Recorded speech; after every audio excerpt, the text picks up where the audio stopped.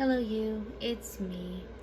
And this is just for the book lovers and movie lovers.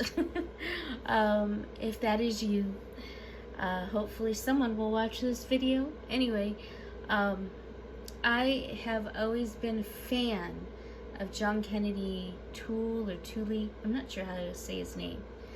But he wrote The Confederacy of Dunces, which such a lovely book. It's one of my favorite books. And I don't know where people say that it's satire. I don't see it as satire. I see it as kind of a sad but hopeful book, especially at the end. So I believe that people who say it's satire are people who haven't read it or who didn't understand it. And it's not that hard to understand. I'm just going to call him John because I'm not sure how to pronounce his last name. But he wrote beautifully, just beautifully. And it seemed to be spelled out very easily when I read it. I think anyone who actually read it would see that. Anyway, I found out they had also written this book called The Neon Bible. And I had heard of the movie, which I hadn't seen, but I was very curious about the book. And I thought, I love The Confederacy of Dunces. And this book he wrote, I think he was like 15 or 16 years old.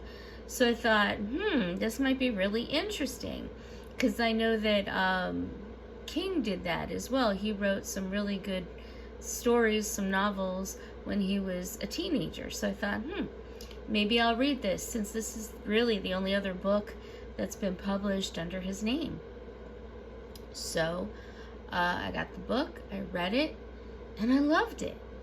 Now, would this be a typical kind of book that I would read?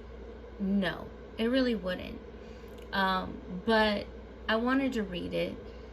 It's very about a child as he grows up, kind of the simple small town life, and some of the horrible things that happen, some of the good things that happen, just having a life. And it was so well done, so beautifully written. And what I actually liked about it was it starts with him on a train remembering back to when he was around 4 years old, 4 or 5. And I liked the innocence of his speech at that moment when he talked about when he saw something and explained it in words that only a 4 or 5-year-old could understand. Things like that, I think, make the story just tragically beautiful. That's the best way I can explain it. And it was such a joy to read. I read it in like a day or two. It's a very short read. I just took longer because I wanted to read every single word and just take it in. Sometimes I do that with a really good book. So that's what I did. And I enjoyed it immensely. But then I thought, there was a movie made. The one I found was from 1995. And I thought, maybe I'll watch the movie and see how it compares with the book. See if it hits all the right beats. Now, to understand the book is kind of written in vignettes. It's one streamline of thought.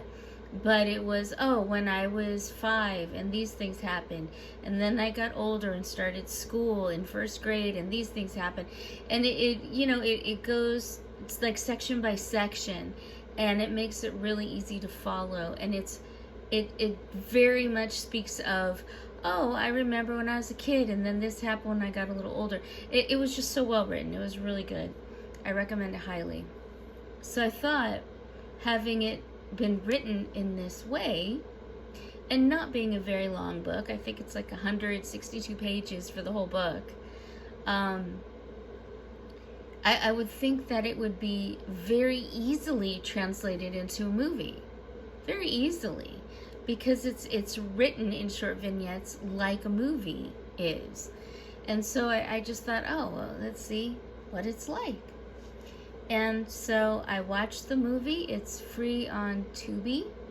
It's also on Pluto TV, but I got very frustrated with Pluto because it kept interrupting and stopping and starting and stopping and starting. It was very frustrating. So I went to Tubi, and it was very streamlined, and it just played the rest of the movie. So I was very happy with that part. What I was not happy with was the movie. I think the actors and actresses that were in the movie, I think they were fine. I think that they probably did the best that they could, but it was very stale and cold. I don't know if it was intentionally made to look like a play turned into a movie, but it was just horrible. It looked like a play written by like 7th graders, who had to write a school play for a grade. It really was just, they missed so many of the beats. There was so many things that they could have done to make it better, but they didn't explain a lot of things that happened. Some of the things they cut out was fine. It didn't need to be there. But I feel like they just missed it. They didn't really show, for example, the close relationship between David and his Aunt May. They were very close for a long time. Never showed that. They showed that barely, but they really didn't. They really didn't show the closeness what good friends they were. They didn't really show the mother and her transformation. I'm trying not to give it all away because it's a really good book. It's a short book. You should read it. But the transformation that the mother went through, they really didn't explain it or why. They didn't explain what happened to the father either.